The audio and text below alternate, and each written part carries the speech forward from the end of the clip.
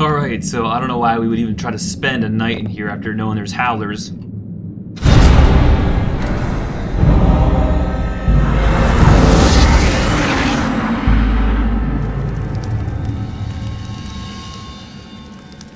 Okay, so we got a spell, and that is ectoplasm, which lets us fling spectral energies, which hurts ethereal forms and also just hurts regular people as well. And it's free because it's a recharging mana system, so that's great. Definitely want to use that versus our pistol ammo that's limited. So we have a journal, and the scroll that Jeremiah gave us was the ectoplasm scroll. So definitely some interesting information that we got here. So all of these icons with the talking means something that we already talked to, that we technically already have the information of. And then we have the Gelzabar stone, which is a stone that we got from the shaman head, and it allows us to do some pretty interesting things. One such thing is the scry ability, which is innate inside of Patrick's vessel here, and you can use that to see relics of the past, to see visions of what was, and also see ethereal forms. So that's a big theme of this game, is ethereal and unveiling the shadows of the past. So definitely some pretty intense stuff. And tell you what, apparently some sort of ritual happened with accidental incantation of speaking a book passage with his family at these stones out somewhere else, far away from the manor, and that made the family disappear and die, and he feels that the family is coming back for vengeance, and the curse is being quite rampant, so we need to try to investigate if we can solve the call the spirits. Hello? Have you noticed anything strange going on? Apparently, Lizbeth's room was broken into last night during the commotion. Where's her room? Just down the hall from here. It's quite a mess. Well, I do not trust you with that walk, but I don't trust anybody with that walk. Holy crap. So, yeah. Won't budge. Family's disappearing, and apparently Lizbeth has been seen, the younger sister has been seen roaming around the manor. So that's our only clue we have, so I guess we'll take it now, won't we? So this is Lizbeth's room, huh?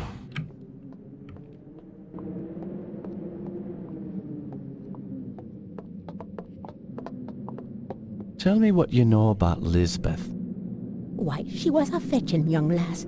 Quite the fiery temper, though. She could be placid and calm 1 minute, and then suddenly she's spitting curses and swinging her nails at you like an animal. 'Tis a pity her mother died birthing her. Indeed. Following her mother's death, I'd raised Lizbeth like my own.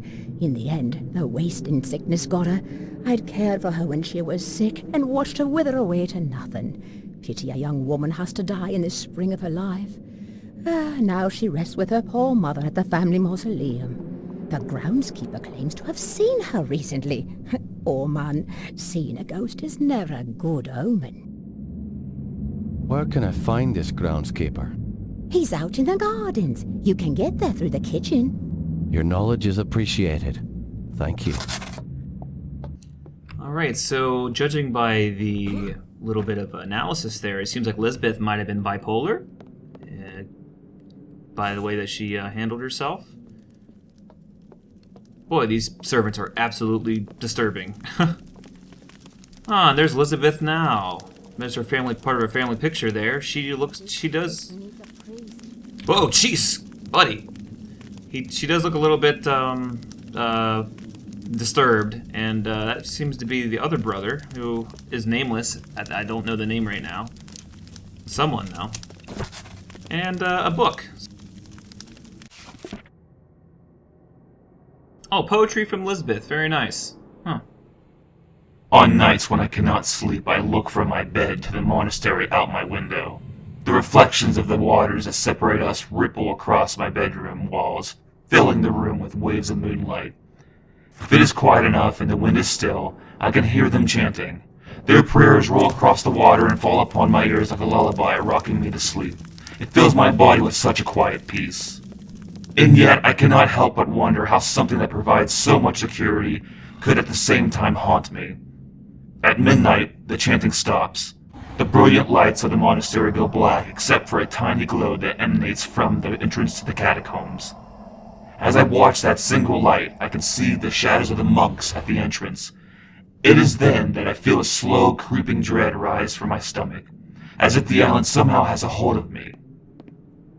I have overheard bits and pieces of a story from hushed conversations about monks who died a horrible death years ago among these grounds. It is said their tortured souls were put to rest within the catacomb, and that their two brothers have stood guard at the entrance each night since. I cannot help but wonder why. What are they waiting for, or hoping to ward off? Are they bound to the island with the same unknown force as I? The Lord works in such mysterious ways, but how can just a god allow his own flock to die within sacred grounds? Surely there is another force working among us, one capable of pure evil. I, loving God, could never allow such pain and agony.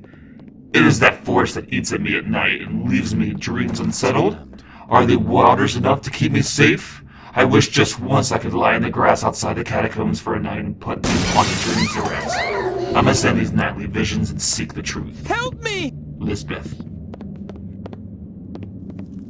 What's going on in here? Oh! Alright. Now that we've got ectoplasm, we can do a dual attack with the ectoplasm and the pistol. Works very well. But even better is that we can use the Gelzabar stone and push enemies away with a non-lethal knockback if they get too close to us with this move right here. And oh man, it was too late for this maid. Boy, you have seen better days. And they got, you know, dynamic bloody footprints. That's pretty sweet. I mean, come on. They don't have to put stuff like that in there. So, definitely something not right. There is some demonic evil forces emanating throughout this area. And apparently the groundskeeper has witnessed Lizbeth recently in the mausoleum. And judging by that journal entry, she seems to be quite at home there. So something's not right. Maybe a necromantic style going on.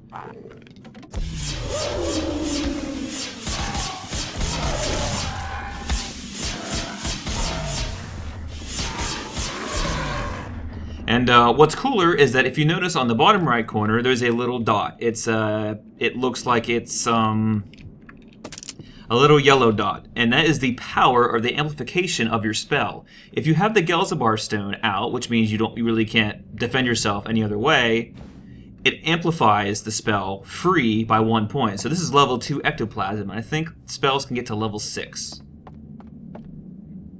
Also, seen better days. You need a tourniquet, buddy. You're no superstar.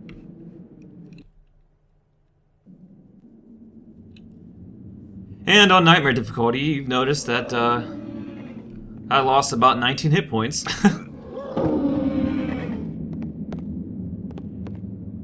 The ambience is just absolutely stunning. There's just such windy sounds.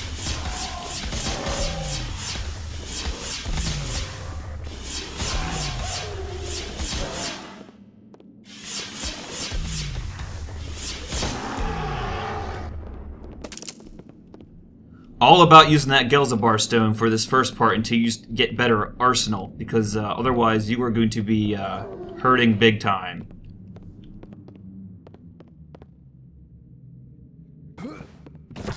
Alright, what do we have here? A note on the bed here.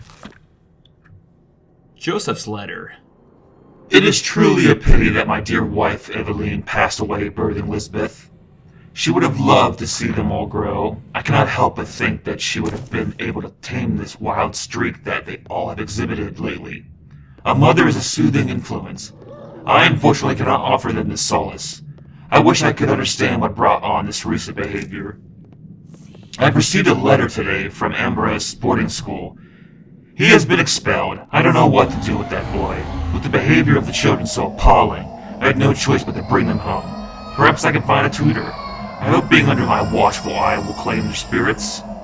The last 6 weeks have been terrible. The tutor was a complete disaster. In fact, the poor man just packed his bags and left in the night. Any form of discipline is hopeless with the Empress and almost seems completely lost on the others. The only thing I've been able to do is play to their interests. I have noticed that each child has their own avid curiosity, strange to see it manifest at such an early age. But who am I to discourage the one moment of peace I can find with them? I now understand why the children are behaving wildly. Jeremiah came to me frightened and crying.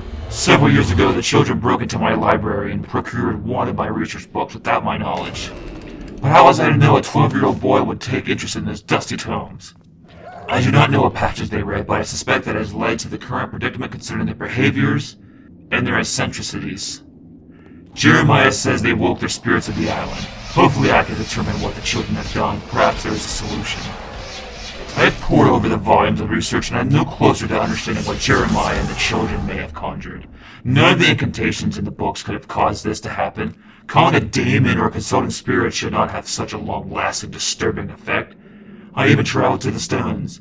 Nothing there gave me clues to what has happened. Perhaps if they only had told me at the time, I would have more insight. Now any clues would be long gone. I have determined the stones are some sort of focus. Perhaps there is a reason so many people have been attracted and repulsed by this land. It seems that my own fascination with the standing stone has wrought its corruption upon my children. Joseph. Dearest Mother, all is not well here at the Covenant Estate. Joseph, my husband, who once charmed me with his good will and smile, now seems distant and reclusive. I realize that when we met, there are those imperfections one must look past, and that your heart helps you to forgive. However, Joseph's strange obsession keeps him in the library at all hours of the night. Seldom are we spending time together, and even more rarely does he want to exercise his husbandly rights towards me. I'm beginning to feel inadequate, especially when he talks of his desire for children prancing around the estate. What am I to do? I abide most of my time alone in the greenhouse, reminiscing of my sweet youth and the rich and gallant Peter Racona, who would wait patiently on me and shower me with expensive gifts like my beloved pearl necklace. Things could have been different had I kept that social path. Instead, I feel like I'm the fool for getting involved with Joseph Covenant. His prime moments are being spent in his library with books twice as old as me. Apparently my visage can't garner his attention. What dear advice could you give me, dearest mother? I'll be waiting for your response. I hope that this letter finds you and Father well. Tell Father not to worry about his little Robin. That I've left the nest, but shall never leave his heart. With love, Evelyn. Well, this is turning out to be quite useful. The Galloway Stone's push ability is extremely important. It should not be overlooked, especially on higher difficulty. Ooh, I thought I heard some disemboweling going on. Another poor, helpless maid. But we got the servant key, and progression is good. First-person shooters are all about finding keys so you can go further in. And this manor probably has more stuck and budged and won't jammed up doors than all the Silent Hill games put together. And that is saying something. Yes, Patrick, jammed. Though, I gotta admit, Patrick is one of the coolest characters.